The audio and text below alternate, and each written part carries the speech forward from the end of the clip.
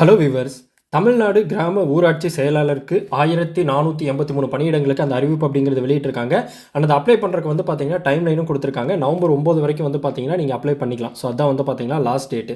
So இப்போ November 9 வரைக்கும் அப்படின்னா கலெக்டர் தலைமையில் அந்த குழு வந்து எப்போ ஃபார்ம் பண்ணுவாங்க, அந்த குழுவில் வந்து பார்த்தீங்கன்னா யார் யார் இடம் பெறுவாங்க, ஸோ உங்களோட சர்டிஃபிகேட்டை வந்து வெரிஃபை பண்ணி எந்த அடிப்படையில் வந்து பார்த்தீங்கன்னா இன்டர்வியூக்கு கூப்பிடுவாங்க, ஸோ அந்த இன்டர்வியூ மட்டும்தான் இருக்குமா, இல்லை அந்த கிராம உதவியாளர் மாதிரி எழுத்து தேர்வு வாசித்தல் தேர்வு இருக்குமா, அது சம்மந்தப்பட்ட ஒரு முழு அப்டேட் தான் நம்ம இந்த வீடியோவில் பார்க்க போகிறோம்.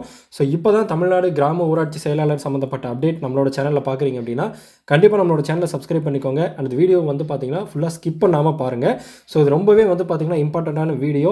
ஸோ இது தெரிஞ்சது அப்படின்னா தான் நீங்கள் அப்ளை பண்ணதுக்கப்புறமா ஓகே இந்த மாதிரி ப்ராசஸ்லாம் நடக்கும், இதை வச்சு தான் வந்து நம்மளை நேர்காணலுக்கு கூப்பிடுவாங்க, அண்ட் இதன் அடிப்படையில் தான் பணி நியமன ஆணை வழங்குவாங்க அப்படிங்கிற எல்லா கேள்விகளுக்குமே வந்து பதில் கிடைக்கும். ஸோ இப்போ நம்ம வந்து பார்த்திங்கன்னா அந்த கண்டென்ட்குள்ளே போகலாம். மாவட்ட அளவிலான குழு அமைத்தல். ஸோ இப்போ வந்து பார்த்திங்கன்னா தலைவர் யாருன்னு பார்த்தீங்கன்னா அதை பொறுத்த வரைக்கும் 37 மாவட்டத்தில் 37 மாவட்ட கலெக்டர் தான் அதோட தலைவர். ஸோ அவங்க தான் வந்து பார்த்திங்கன்னா யாரை பணிக்கு எடுக்கிறது, அதை வந்து ஒரு டீம் ஃபார்ம் பண்ணுவாங்க. பட் எண்ட் ஆஃப் த டே அதுக்குண்டான முடிவு எடுக்கக்கூடியது வந்து பார்த்திங்கன்னா தலைவர் யாருன்னா கலெக்டர் தான். ஓகேங்களா.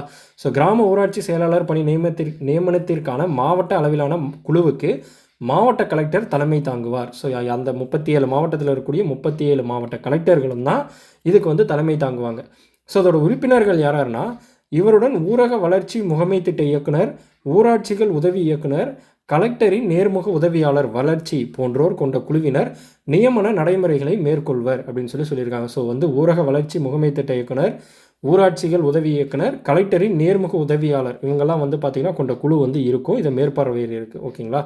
ஸோ குழு அமைப்பதற்கான கால அளவு தற்போது வெளியாகியுள்ள அறிவிப்பின்படி விண்ணப்பங்கள் பெறப்பட்ட பிறகு நவம்பர் 10 முதல் நவம்பர் 24 வரை விண்ணப்பங்கள் சரிபார்க்கப்படும். ஸோ கிட்டத்தட்ட 15 நாள் வந்து பார்த்திங்கன்னா அந்த சர்டிஃபிகேட்ஸ் வந்து இந்த தமிழ்நாடு முழுக்க இருக்கக்கூடிய பல்வேறு மாவட்டங்கள், அதாவது 37 மாவட்டங்கள்லையும் அந்த சர்டிஃபிகேட்ஸ் எல்லாம் வந்து பார்த்திங்கன்னா பரிசீலிச்சுட்டு இதன் பிறகு டிசம்பர் 4 முதல் டிசம்பர் 12, 2025 வரை இந்த மாவட்ட குழுவினரால் நேர்காணல் நடத்த திட்டமிடப்பட்டுள்ளது.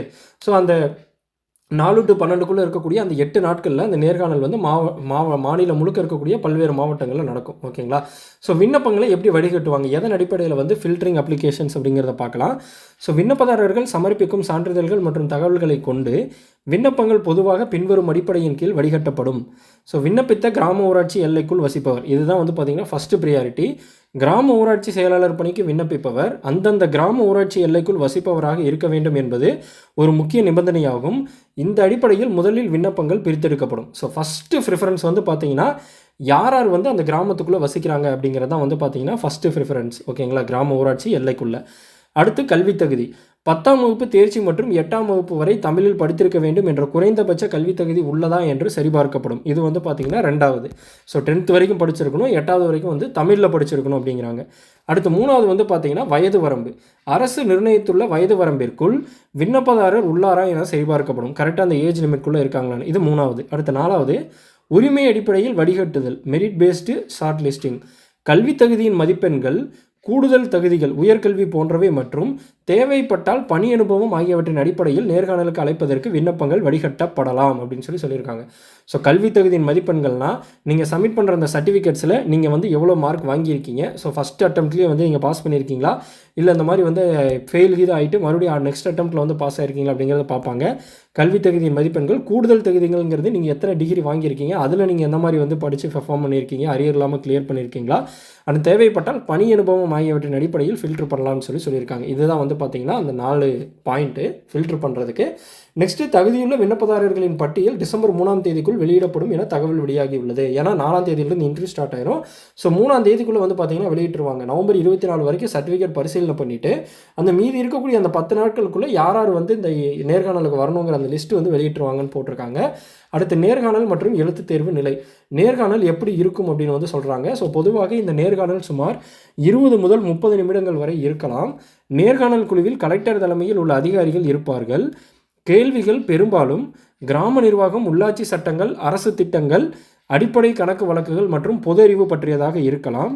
விண்ணப்பதாரரின் ஆளுமை திறன், உள்ளூர் பிரச்சனைகளை பற்றிய புரிதல் மற்றும் தமிழை சரளமாக பேசும் திறன் ஆகியவை நேர்காணலில் மதிப்பிடப்படும் அப்படின்னு சொல்லியிருக்காங்க.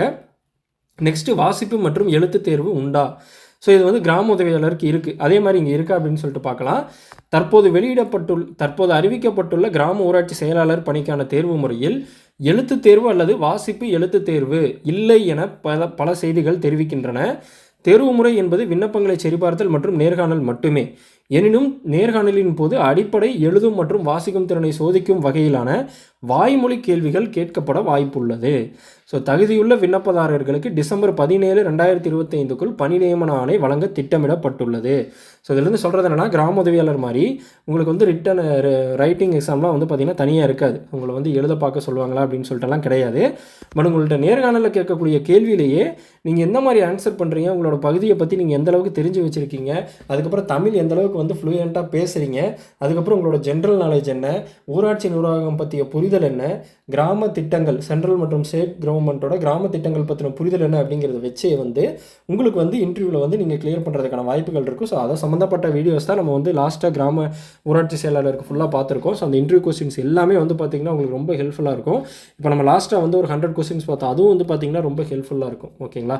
ஸோ இதுதான் இந்த 4 பாயிண்ட்டில் தான் ஃபில்ட்ரு பண்ணுவாங்க.